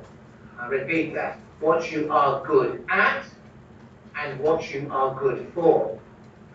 And there are at least two distinct and related policy communities. Firstly, from ministries of education and universities with their own internal logic. By and large, in many countries, universities exist in a silo, a ministerial silo. Those ministers don't talk to other ministers in governments. And yet, on the other hand, there are societal expectations of universities to contribute to health and well-being, culture, business development. Our focus today, city and regional development, and each of these are overseen by different departments of state. And one of the things I try and do in the European Union is walk between the different parts of the European Union. The department responsible for higher education, the department responsible for regional development, and the department responsible for research and innovation. In the UK, we're trying to negotiate what we call a single pot of funding, where different ministries, health, culture, business, regional development, contribute to a single pot which funds the civic engagement of universities. So this is an important need, and I welcome the fact that you have brought together the Ministry of Education and those parts of the Brazilian government responsible for territorial development. Perhaps one of the most influential debates that's gone on has been under the auspices of a body called the Global University Network for Innovation, GUNI, which has produced a report called Higher Education in the World Towards a Socially Responsible Universities. This is the key phrase, balancing the global and the local. Universities are by definition global institutions, but they also can be local institutions. We've heard quite a lot about inequalities. In some respects, universities have been part of creating regional inequalities. In many countries, there is a correlation between the ranking of universities in the league tables and levels of economic development. Weaker regions have weaker universities. Richer regions have richer universities higher up the rankings. So universities have been part of the globalization process, the higher education marketplace, and indeed contributing, you may not think this, but contributing to some of the problems through their research and their innovation programs to some of the negative issues that we see associated with globalization. So universities are not innocent players in this game. And this GUNI report uses as its framework the UN Sustainable Development Goals. This is a very important heuristic, and I'm sure you're aware of these, but to discuss these with universities. What are your universities doing in their work, globally and locally, to address some of these goals? It's not just only citizen territorial development, issues of food, of hunger, infrastructure, environmental resources. So these are important issues. And the GUNI report reports from virtually every country in the globe saying how universities are contributing through their teaching and research to those agendas. Now, that's going at the level of the United Nations. We've got representatives from OECD. I started getting involved in this with a major review done by an OECD of universities in cities and regions. Globally competitive and locally engaged was the title of our report. And we did 40 reviews of how universities were working with their cities and regions, including one in Brazil, in North Parana. That's how I learned about Brazil. But this diagram is important because it tells you something about the components of this process. Something we're going to focus on is regional innovation. But one needs to also think about human capital and skills. One needs to think about social, cultural, and environmental development. And lastly, about regional capacity building. And I think in your program, you've picked up on some of these issues in the work that you're doing in your pilot projects. Well, that's the OECD review. Now, the European Commission said, oh, this is all very high-level stuff. How do you turn all this to practice? And so they took the OECD review and asked me to produce a guide called Connecting Universities to Regional Growth, a practical guide. And this is targeted not at universities so much as public authorities, local governments, regional governments. How do you do this stuff? And there are a whole set of tools, and I'm going to reference some of those in my talk. But the European Commission has an overarching regional development program, which includes as its focus smart specialization. How do regions collaborate? There are 4 elements to this. There are what we collaborate. There are 4 elements to this. There are what we collaborate. There are 4 elements to this. There are what we call generative capacity, which is actually the knowledge creation part of universities. How do you generate capacity to help the region? It's often because of these many grand challenges, like agricultural production, requires lots of different disciplines, soil science, biology, plant science, marketing and distribution, multi and cross-disciplinary research, connectivity, connecting the regions, businesses, and universities to the global knowledge base, and last but not least, bringing the universities to bear to analyse what is the strengths and weaknesses of the region. That's economic analysis, regional analysis. So that's the generative capacity box. The next box is absorptive capacity. This is how to help build capacity to ensure that local firms and organisations, public sector organisations should be included there, absorb the knowledge that is generated within the academy. And critical into this absorptive capacity is teaching. Students, you get capacity in local organisations and businesses because the students have the knowledge to absorb it. They can reach back into their universities, develop social relations to exploit research. And lastly, in absorptive capacity is developing the total, the drive, the social ties that bind everything together. And this leads on to the next box, which is collaborative capacity. If a university has a potential role to be a broker between all the different stakeholders in the development of the territory, and they need to have, if they're going to do that, people in the academy who can reach out into the society of the region, what we call boundary spanning people. Do your universities have within their staff people who understand not only the academic world, but understand the world outside and can talk and communicate with that world? And equally, are they able to create partnerships which take place, undertake what is now increasingly called the co-production of knowledge? Because much knowledge doesn't exist not only in the academy, it exists in business and civil society. It is no longer a simple linear model where we take our knowledge out and apply it.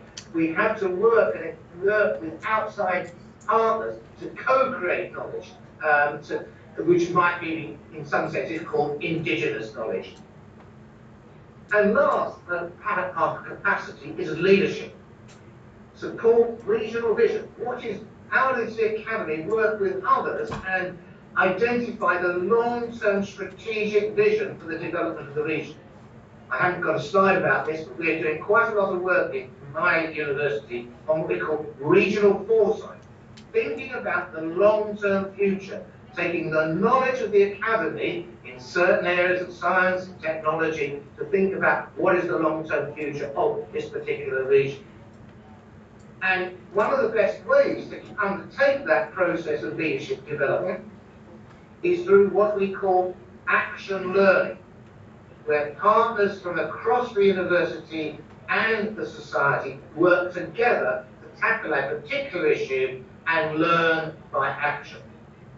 And particularly, how can you work with the universities to lead, to market the place? What is the essential characteristic of this region that can attract inward investors, attract students to come and study there, retain people in there, get its place on the global map?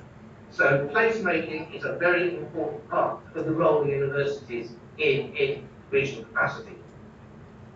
So let's unpack that a little bit more. And I'm not going to read all these slides, but I would just say that it's important that in research generation, it's not only about science and technology. You have to think about the humanities, social sciences, which contribute to such activities as business processes, the business schools, helping companies reorganize business processes, reorganize public services, design facilities, and particularly the role of the university working with schools in education. So so getting the best practice in education into local schools.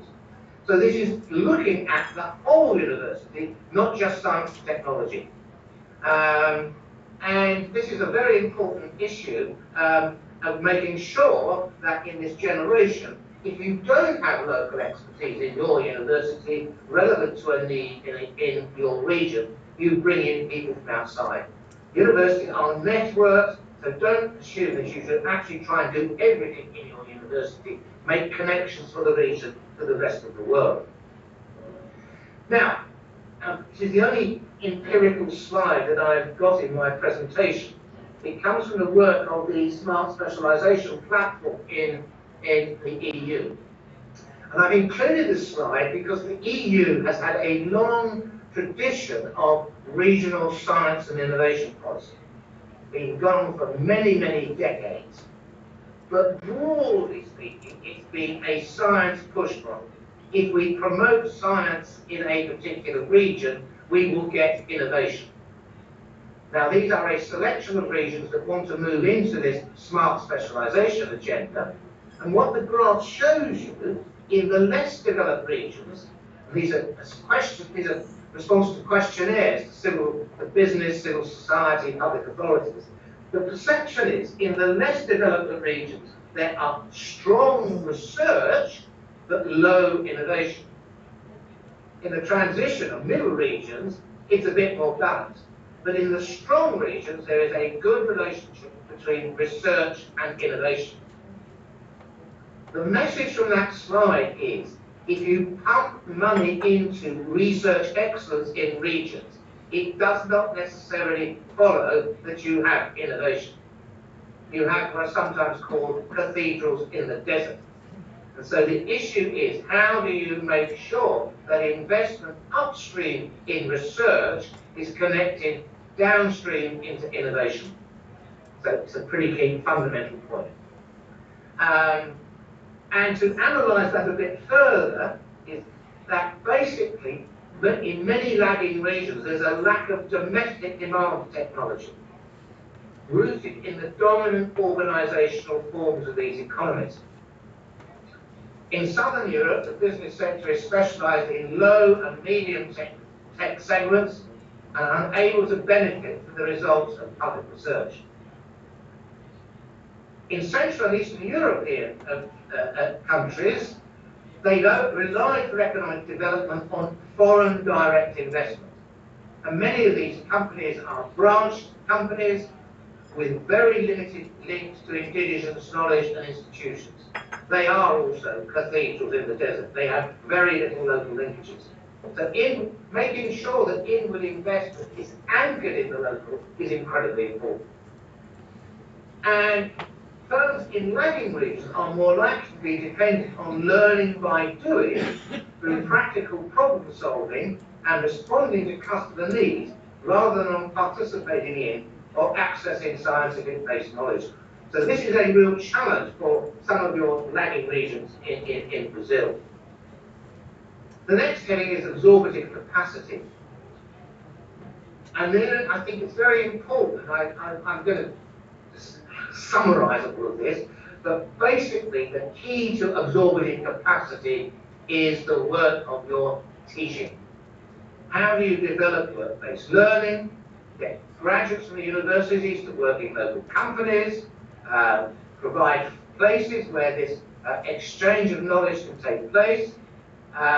So crudely speaking, education is critical to this issue of absorptive capacity. So initiatives that attempt to encourage graduates to stay in the region, to work in local companies, and critical to that is a new process which is getting very more important. It's called work-based learning. Students work during their degree programs in companies, in organisations, as part of their degree programs. Collaborative capacity. This is all about, broadly speaking, and I'm just going to summarise all of this and you can keep the slides. It's really collaboration depends on two platforms. Capacity in the region, in its businesses, in its public authorities, to reach into the university. They need capacity, individually and collectively, and the university, or universities, plural, I'll come back to that question, need to have capacity to reach out. So this, going back to this whole issue about more boundary spanning people on both sides, reaching in and reaching out. Now let's unpack those a little bit. Reach out challenges. For many universities, civic partnerships are not core business and have to be cross-subsidised from other areas. So many universities are funded basically to do teaching and do research.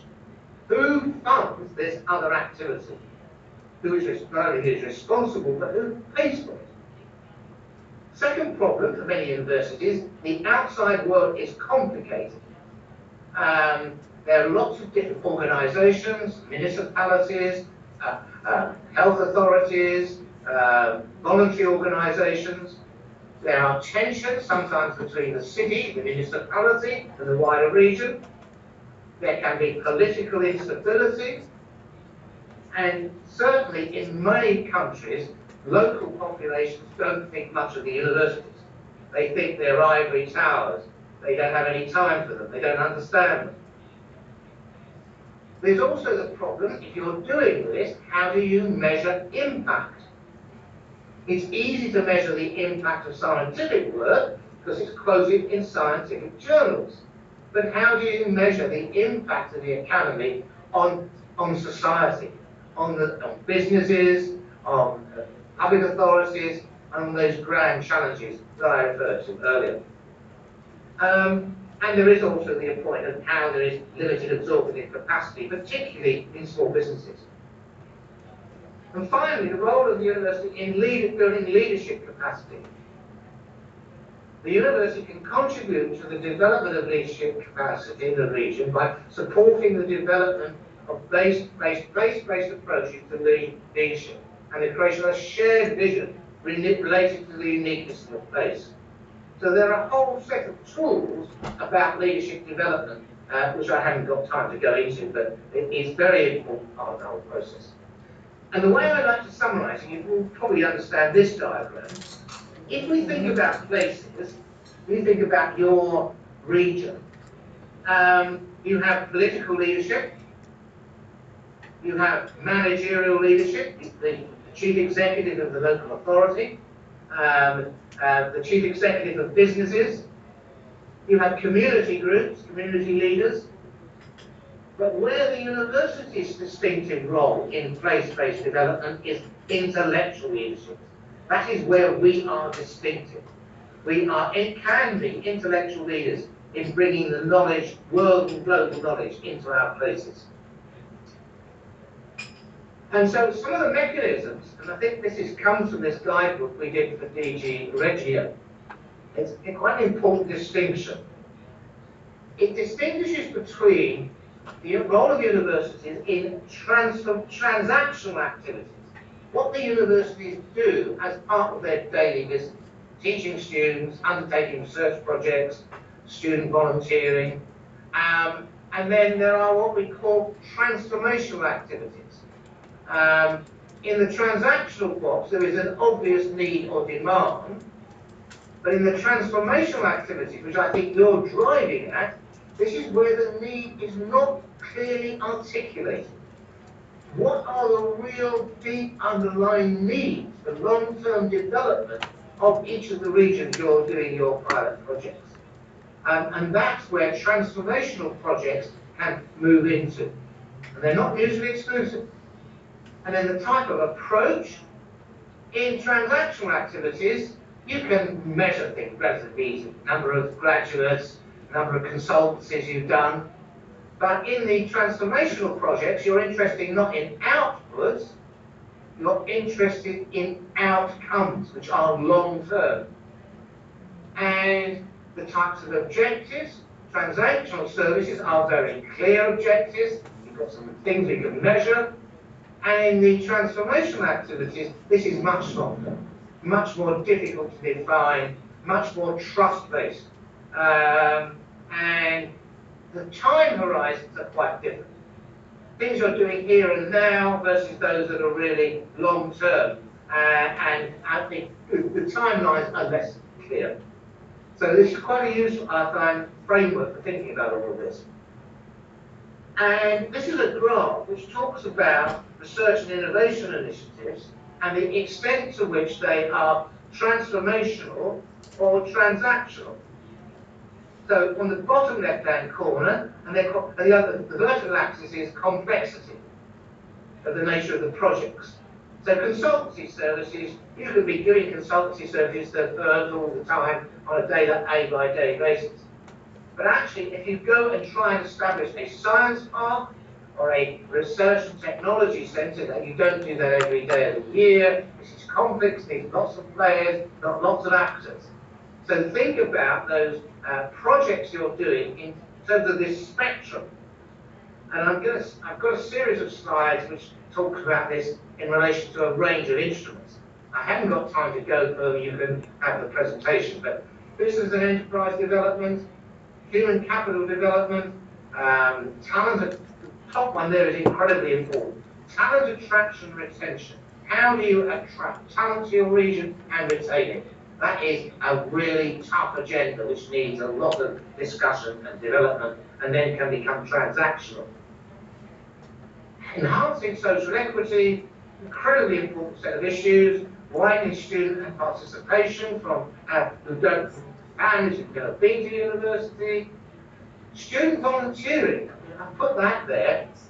What is quite interesting about the Brazilian situation of many Latin American countries is you have a program of student volunteering, as I understand it.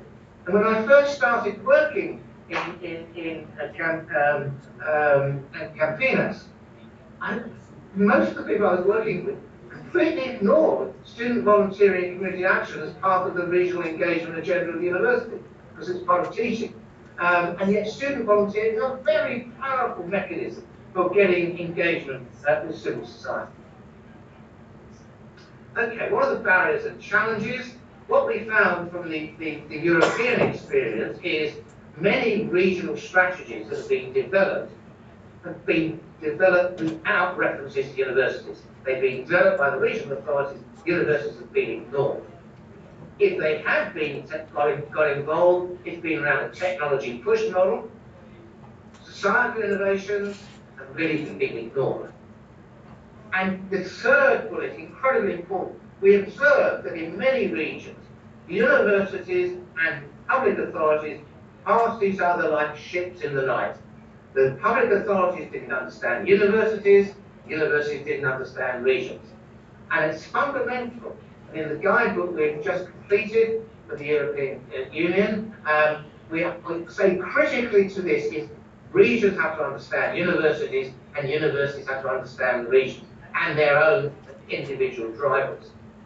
And you then have to understand that you have to then have a strategy where the demand side is not just a university regional engagement strategy, it's a regional strategy where universities are key parts of the whole overall picture.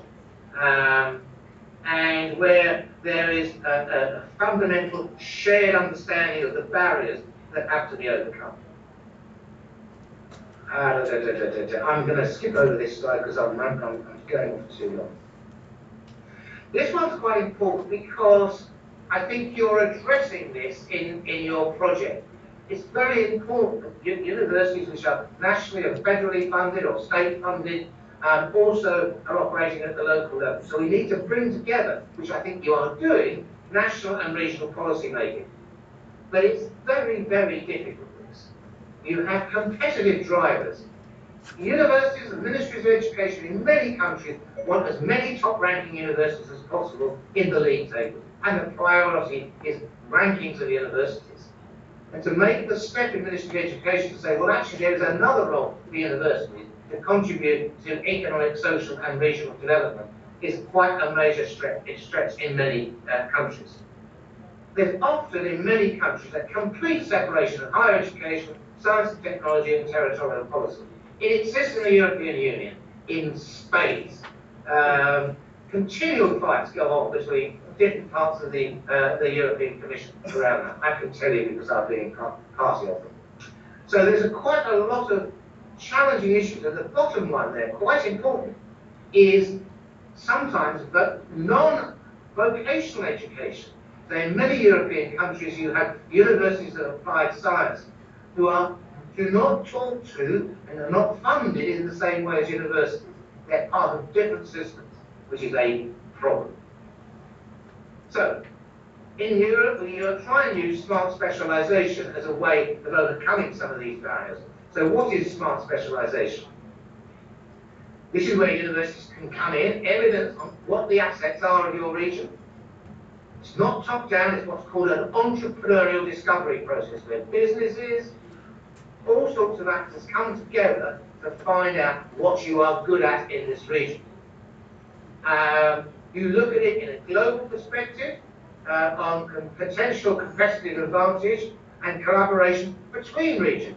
And indeed, it might be regions in parts of Brazil, it might be regions outside of Brazil, in Portugal, for example. You need to recognize in smart specialization, you don't want to do it all. You can source in knowledge and not reinvent the wheel. Specialization is priority set. You have to make choices. What are we going to prioritize in our region? Getting better at excelling with something specific, not everything. Let's focus. Get the universities to focus with you. Focus on investments that lead to comparative advantage. And accumulate critical mass of businesses supporting infrastructure in this area. And it's not necessarily a sectoral focus. Some of the topics that you were talking about in the speeches earlier on were clearly not cross-sectoral. Digital is clearly a cross-sectoral. It's a cross-sectoral. It's not just IT sector. It's how digital affects a whole range of businesses. And so there are a whole series of points of departure for smart specialization. It's not all about building high-tech clusters everywhere. And avoiding this notion of being part of scientific